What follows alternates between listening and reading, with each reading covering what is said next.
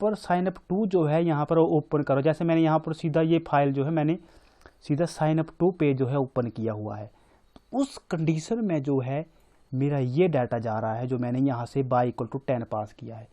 पर ये तभी जाएगा जब मैं सीधा साइन अप टू पेज को ओपन करूँगा। अगर मैं साइन अप पेज पे ऊपर पहले ओपन कर रहा हूँ, ठीक है, फ्रेम को ओपन कर रहा हूँ, फिर मैं सारे डाटा को भर कर नेक्स्ट करके sign up two dot java page पे जा रहा हूँ, ठीक है, तब क्या होगा, तब ये बाई इक्वल टू 10 का कोई मतलब नहीं रह जाएगा। यहाँ पर क्या कर जाएगा, जो पुरानी वैल्यू आ रही है वो यहाँ पर ओवरराइड कर जाएगी और बाई में जाएगा वही जो यहाँ से भेजा हूँ मैं, नंबर में होगा, तो नंबर से बाई में जाएगा वो, फिर बाई से वो यहाँ पर जाएगा जब कंस्ट्रक्टर कॉल होगा यहाँ पर। अब यहाँ पर आ गया फ्रेंड्स, अब यहाँ पर आ गया, तो यहाँ पर आने के बाद मैं क्या कर सकता हूँ, यहाँ पर मैंने एक वेरिएबल बनाया है फ्रेंड्स, फॉर्म नंबर, उसमें जो है मैंने एक्स को जो है स्टोर कर रहा हूँ। मैं अपने नया वेरिएबल बना के क्यों स्टोर कर रहा हूँ फ्रेंड्स, वो मैं इसलिए स्टोर कर रहा हूँ ताकि जो ये मेरा स्टेम एक्स जो है ये एक लोकल वेरिएबल है। इस वेरिएबल को सिर्फ मैं इसी कंस्ट्रक्टर के अंदर, जो ये करली ब्रैकेट है, जहाँ तक ये करली ब्रैकेट बंद नहीं हो जाता वहीं तक जो है इस एक्स की वैल्यू को मैं यूज़ कर सकता हूँ। परंतु मुझे जो है ये एक्स की वैल्यू कहाँ चाहिए, जब मैं टेबल में डाटा इंसर्ट करवाऊँगा, और टेबल में डाटा इंसर्ट करवाने के लिए मुझे इस फंक्शन पे आना होगा, एक्शन परफॉर्म फंक्शन, जो कि उस कंस्ट्रक्टर के बाहर है, तो वहाँ भी वो मैं एक्स की वैल्यू जो है यूज़ कर सकूँ, इसलिए मैंने एक ग्लोबल वेरिएबल बनाया है फॉर्म नंबर नाम से। फॉर्म नंबर नाम से यहाँ पर देखिए स्ट्रिंग फॉर्म नंबर, ये एक लोकल है क्योंकि ये मैंने कंस्ट्रक्टर के बाहर जो है डिफाइन किया है, तो ये एक ग्लोबल वेरिएबल माना जाएगा और ये सारी क्लास में कहीं से भी जो है एक्सेस हो सकता है फ्रेंड्स, ठीक है। तो इसमें जो है मैंने जो एक्स की वैल्यू जो कि एक इंटीजर वैल्यू है, इसको मैंने स्ट्रिंग में कन्वर्ट करके इस स्ट्रिंग वेरिएबल में स्टोर करवा दिया है। तो आई होप आपको इतना सा कॉन्सेप्ट समझ में आ गया होगा। अब मैं क्या करता हूँ, मैंने जो है आपको ये सारा कोड समझा दिया है, ये वाला कि कैसे डिज़ाइन करते हैं फ्रेम को, कैसे ये करते हैं। अब मैं क्या करता हूँ, जब मैं इस नेक्स्ट बटन पर क्लिक करूँ तो देखिए फ्रेंड्स क्या होना चाहिए, please check all the input fields, ये जो है एक इवेंट हैंडलिंग कर रहा है, इवेंट हैंडलिंग जो है परफॉर्म, और एग्जिट पे करूँ तो जैसा मैंने साइनअप पे क्या किया था, इवेंट हैंडलिंग के लिए एक्शन लिसनर क्लास यूज़ की थी, देखिए ये, तो मुझे जो है अगर बटन पर इवेंट हैंडलिंग परफॉर्म करनी है तो मुझे अपनी क्लास में क्या करना पड़ेगा, इम्प्लीमेंट करना पड़ेगा एक्शन लिसनर। और एक्शन लिसनर क्या करता है, ये मैंने पिछले जो मैंने signup one dot java page है, इसमें डिटेल में आपको बताया है, वहाँ से आप पता कर सकते हैं, वहाँ से आप वीडियो देख सकते हैं। अगर आप शुरू से वो मतलब शुरू से अगर आप वही देख के आ रहे हो तब तो बहुत अच्छा है, तब तो आपको जो है बताने की जरूरत ही नहीं। फिर इस फंक्शन के इस एक्शन लिसनर इंटरफेस के इम्प्लीमेंट होते ही मुझे एक फंक्शन मिलता है, ये मुझे एक ओवरराइड करना पड़ता है ये। और ये फंक्शन कब चलता है, जब मैं बटन पर क्लिक करता हूँ, तो बटन पर क्लिक करने पर ये फंक्शन चलेगा, पर मुझे जो है बटन पर जो है क्लिक करने का लिसनर जो है इम्प्लीमेंट करना पड़ेगा। इसलिए मैंने बटन वन जो मेरा नेक्स्ट बटन है, ठीक है, उस पर जो है मैंने add action listener function call किया है, जिसमें मैंने करंट क्लास का ऑब्जेक्ट पास कर दिया है। ये सारी चीज़ें मैंने आपको बता दी है, ठीक है। ऐसे ही मैंने बटन टू पर जो है लिसनर जो है ऐड कर दिया है, ऐड एक्शन लिसनर, क्योंकि जैसे ये लिसनर कॉल होगा तो क्या होगा, इसके कॉल होते ही ये फंक्शन कॉल हो जाएगा, और इस फंक्शन में कॉल होते ही अब ये फंक्शन चाहे बटन वन के लिए भी यही फंक्शन कॉल होगा और बटन टू के लिए भी यही फंक्शन कॉल होगा, जो एक्शन परफॉर्म फंक्शन है। इसमें हम करते हैं एक इवेंट जो क्लास है इसका ऑब्जेक्ट पास करते हैं, ठीक है फ्रेंड्स। तो ये एक सिंटैक्स है, ये आपको फॉलो करना ही पड़ेगा। तो अब क्या है कि मैं क्या चाहता हूं कि जब मैं बटन वन पे क्लिक करूं, जैसे कि आप देखो बटन वन पे क्लिक करूं तो ये डाटा जो है डाटाबेस में स्टोर होना चाहिए, जबकि मैं एग्जिट बटन पे क्लिक करूं तो ये जो फ्रेम जो है वो बंद हो जानी चाहिए। तो वैसा करने के लिए मैं क्या कर रहा हूँ, मैं यहाँ पर कर रहा हूँ फ्रेंड्स, ये देखिए मैंने लिखा है यहाँ पर if e1 dot get source, e क्या है, मेरी एक्शन इवेंट क्लास का ऑब्जेक्ट है, इस क्लास के अंदर ये फंक्शन है गेट सोर्स।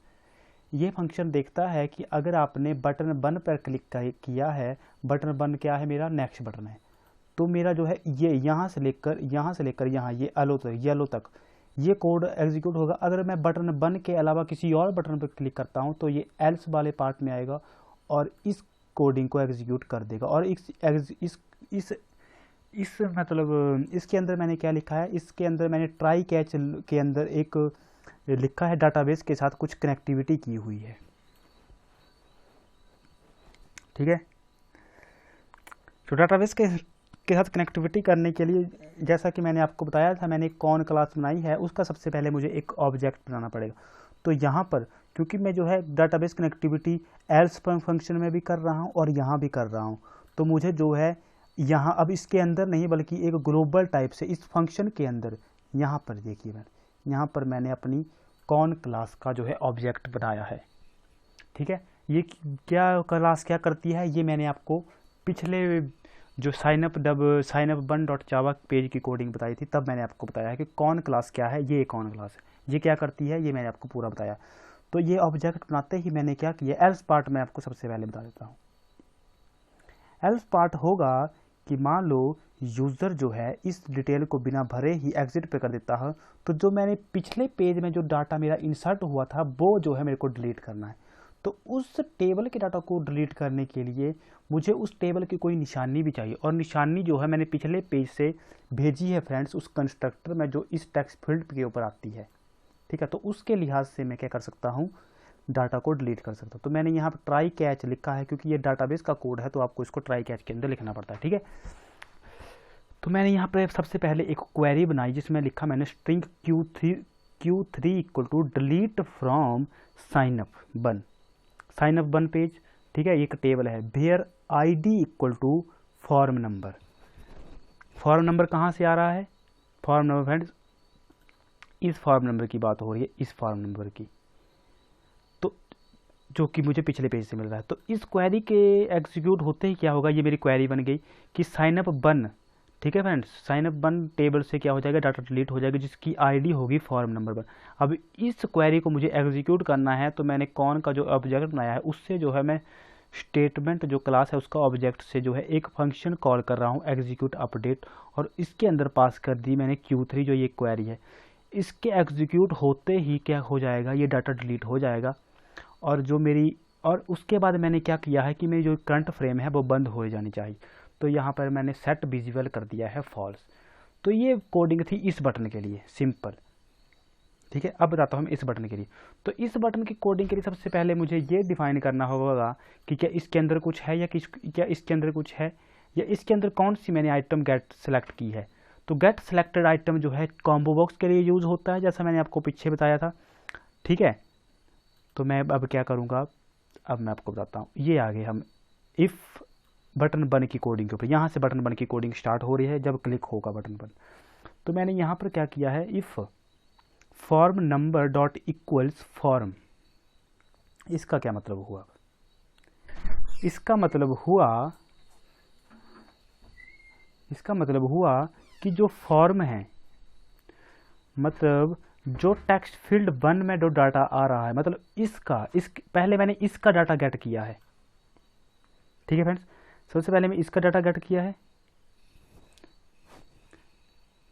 इसका डाटा गेट किया है, और इसको मैं मैच कर रहा हूं कहां से, इसको मैं मैच कर रहा हूं, ये देखिए फ्रेंड्स, फॉर्म नंबर, ये मैंने जो है क्या किया, फॉर्म नंबर, ये पिछले पेज का डाटा आ रहा है, ठीक है फ्रेंड्स। क्योंकि यहां पर कंडीशन क्या दी है मैंने कि, अब ये कंडीशन पढ़िए पहले आप, तो इसमें क्या, अगर फॉर्म नंबर 1 इक्वल्स फॉर्म, ये फॉर्म में क्या है, पहले आप ये देखिए कि फॉर्म में क्या है, ये भी फॉर्म एक तो फॉर्म वेरिएबल ये बनाया है मैंने, ये तो form equal to T1 dot get text, कि जो मुझे पुराने पेज से डाटा मिल रहा है वो है ना, वो अगर इक्वल है जो मेरी इस टेक्स्ट फील्ड के साथ डाटा है, ये इसके साथ इक्वल है। हालांकि आप इस कोड को जो है डिलीट भी कर सकते हैं क्योंकि ये इक्वल होगा ही होगा। अगर आपने पिछले पेज से, क्योंकि इसी डाटा को मैंने क्या किया है यहाँ पर सेट